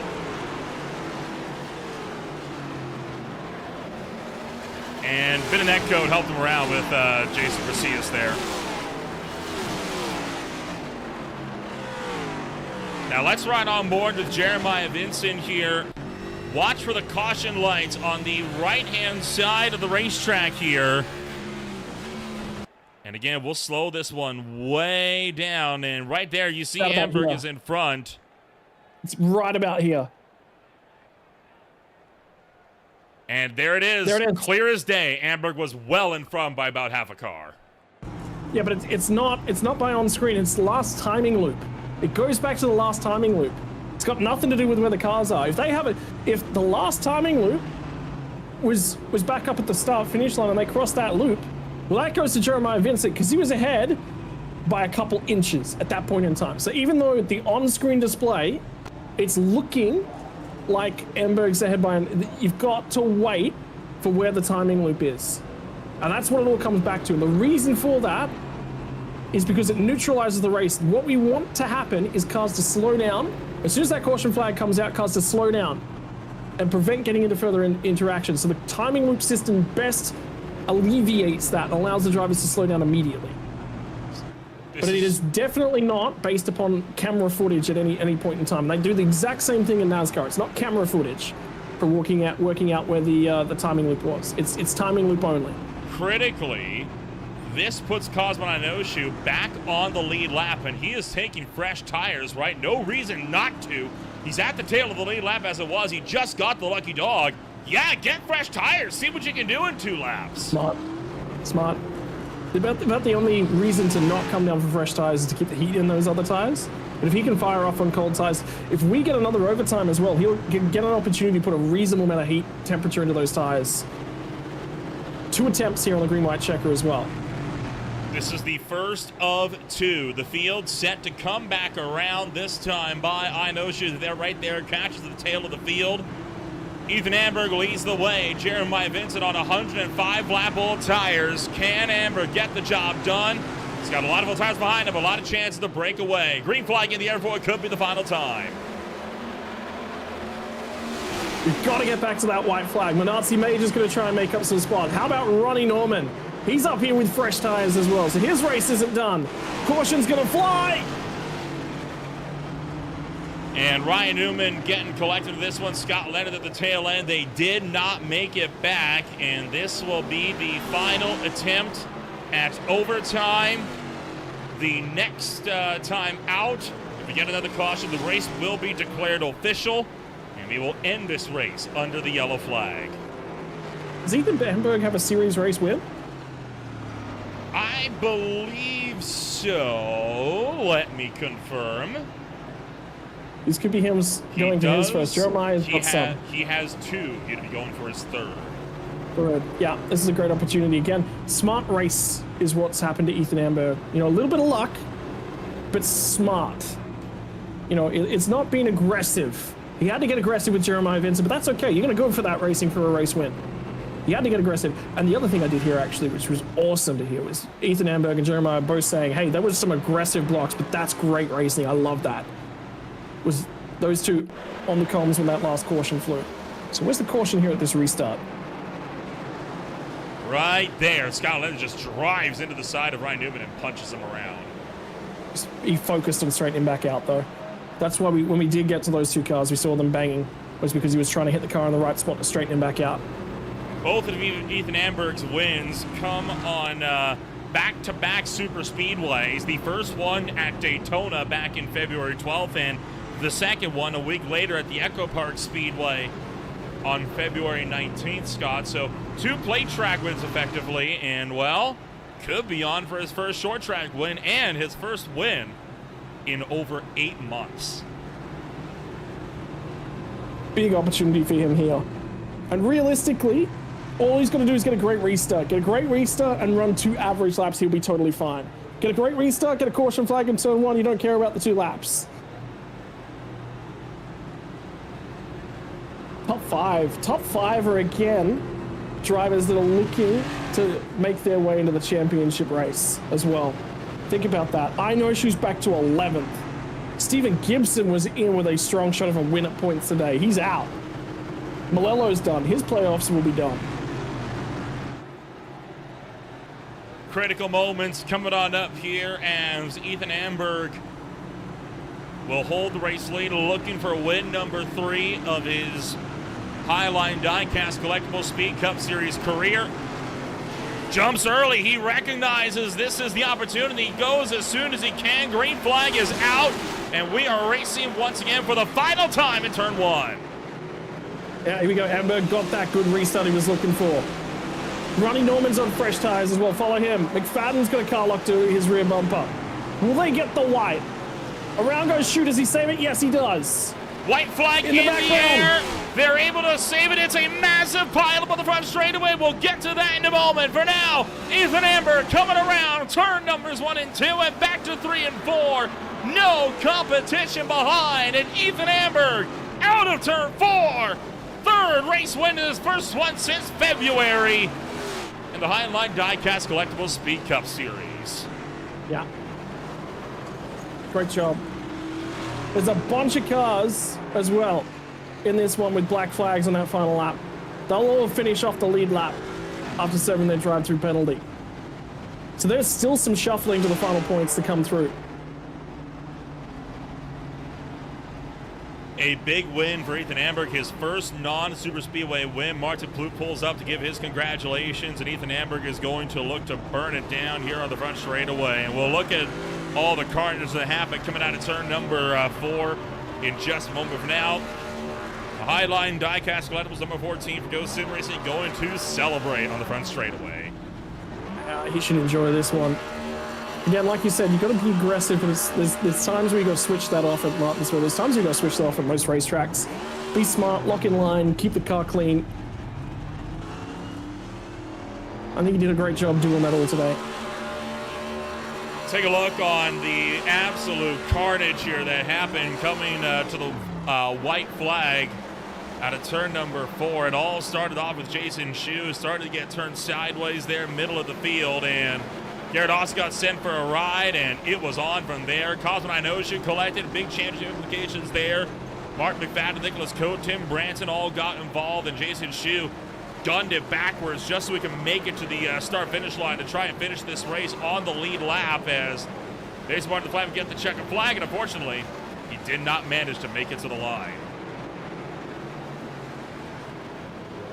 Yeah, final results. Remember I said there's going to be some edits to those. I think there have been. Fadden, I think, got a black flag, drive-through penalties. So did Branson, Leonard, and Newman. So those 4 drivers all dropped off the lead lap. Nick Cote finished nearly a lap down. No, he finishes 8th as well. So top 5 for the chase drivers, isn't it, Scott? Right? Ethan Amber, Jeremiah Vince, Benazzi, Major, Ron Norman, Garrett Austin, all finishing with good points for them today. Josiah Vince comes on 6th. Despite crashing, coming to the white flag, Cosmo Inoshu still walks away with 7th. Nicholas Coate back in 8th. Shu, the first car, 1 lap down, 9th, and Martin Plouffe rounds out the top 10. Yeah, outside the 10, Ryan Newman, Scott Leonard, and Tim Branson and Mark McFadden all picked up drive-through penalties in those last couple laps. Jason Gracias went from 3 laps down to back onto the lead lap. He will finish 3 laps down. Joey Barrett 5. Phil Scott retires 16 from the end. Here we get into the retirements. Raby Caton 30 laps to go. Steve Kirby 35. Stephen Gibson 78. Couple more over the page as Matt Montembeau, Colton Easterday at 84 and 85. And Justin Malello, first retirement on the day, 50 laps in. And that is going to bring us to a close to racing action here this afternoon. Let's get a chit-chat in here with the 3 drivers that finished this race, 1, 2, and 3 here tonight. We'll start first with Ethan Amber, the driver that walks away with his 3rd race win of his career. And Ethan, the first win since he went back-to-back at the plate tracks of Echo Park in Daytona all the way back in February. It's got to feel good to finally walk away with number 3, and this time at a non-drafting track. Definitely feels good to get the first non-plate track win. The Ghost Sim Racing Highline Diecast Collectibles Mustang from Highline Motorsports was quick today. Got caught up in a lot of messes. That race is definitely messy. Yeah, we're going to have to work on cleaning some things up. Feels good to come out the other side of it as a winner, but definitely feels a little hollow with the amount of chaos. Your restart area on that final green-white checkered attempt was wildly different to the one that you had on the first attempt at overtime. What contributed to making the decision to jump so much earlier on the second and final attempt there? I noticed on the first one that both Jeremiah and Benazzi stayed a little closer than I wanted to. I didn't really want to give them a shot going into 1 and 2 or into 3. On that first lap if I could avoid it, so I knew if I jumped earlier like a couple of the other people had earlier in the race that was catching me off guard, that if I did it hopefully I could catch Jeremiah off guard. Huge shout out to him. Super clean race in there with 10-5 to go. That was really, really fun. Look forward to doing more of that. Overall, the championship fight might be a bit over for you despite the race win, unfortunately. But that said, you are still in the chase with a chance for some good championship positions here before the end. With a lot of points being made up for you, do you have any aspirations on where you want to see yourself before the season's out? At the end of last week, this was the goal. I knew in terms of points I was pretty far out of it, and I was like, I'm just going to try to win as many of these last 3 races as possible, and it ended up swinging my way tonight. We'll see how the next 2 weeks go, but feels good to get some momentum back on my side. It's been a bit of a tough, probably 5 to 7 week stretch here. Feels good to get some momentum back under the belt and build some confidence. All right, we wish you the best of luck in Week of Racing once again. Congratulations, Ethan, on taking home number 1, and we will see you next week out at Phoenix. Thank you, Noel. Thank you, Scott. Appreciate it. Ethan Amber comes home number 1 this afternoon. We will look to bring on down Jeremiah Vincent, who will be the driver that finishes this race off in second on 112 lap old tires. Scott, you're standing by with number 2. Look, I'm going to say it. Aggressive blocking is what that's required in the tying stages there. But you know, you're stuck on those tires, Jeremiah. You went for the track position. You went, look, I'm leading the race.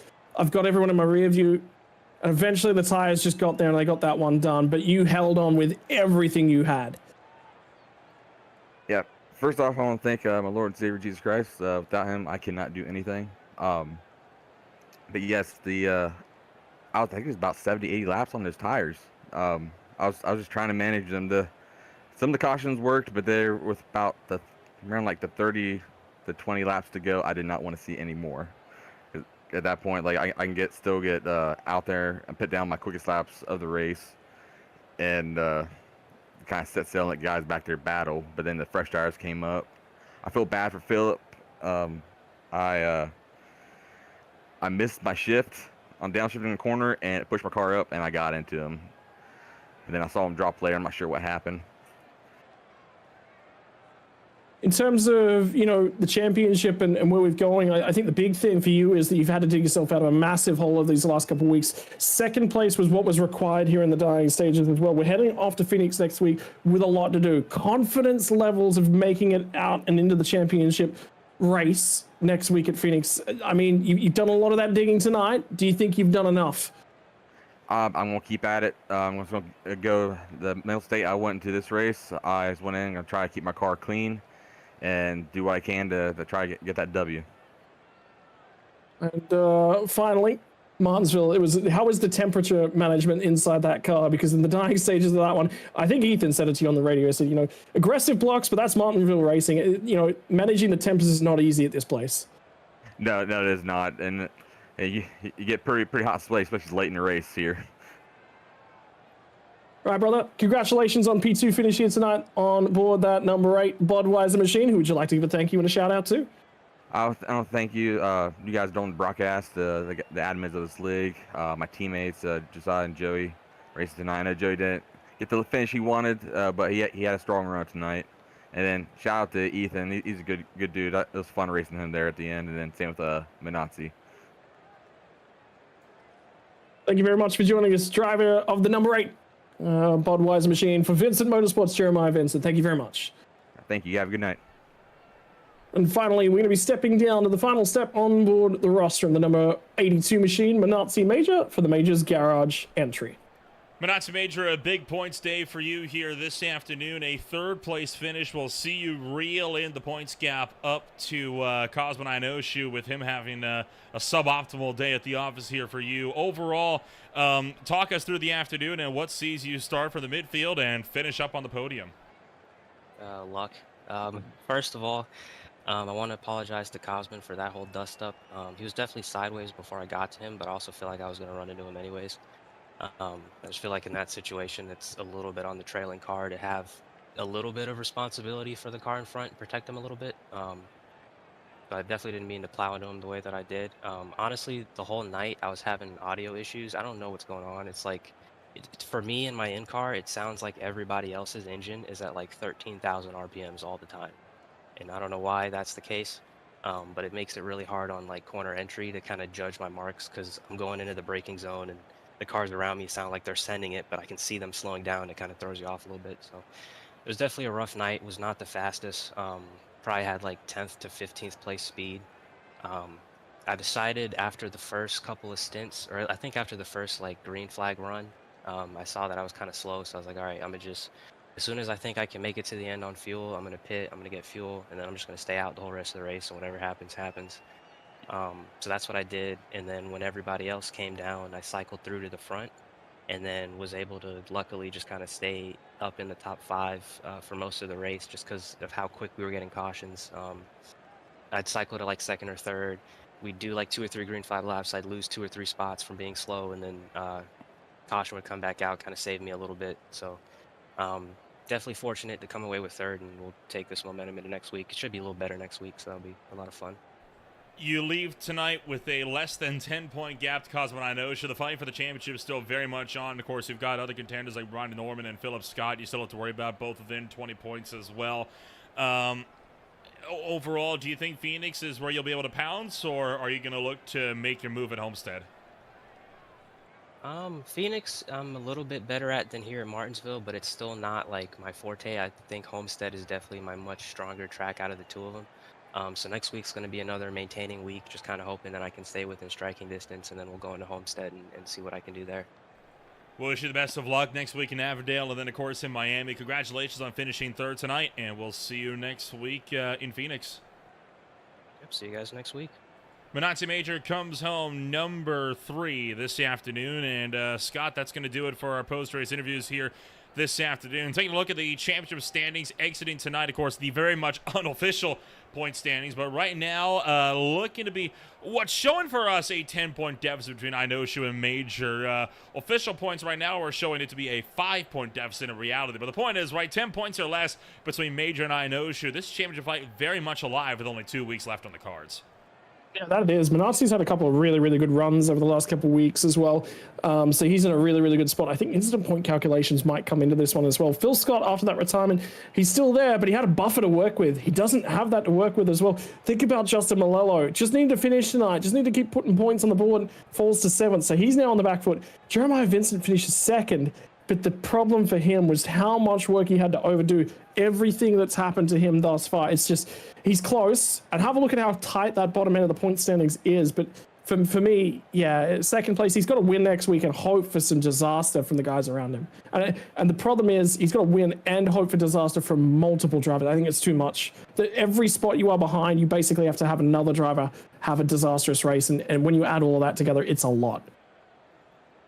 Well, the field today they're going to be leaving with a bit of tempers under the collars. We'll see if that'll pan out at Avondale coming on up. But before we get to that, more action still to come here on Green Flag TV, as it's going to be the Zero Toy Racing League at the Darlington Raceway this coming Friday night. The VFR IndyCar Series takes to Braselton, Georgia, to Road Atlanta on Saturday night alongside the SRA Gen 4 Series.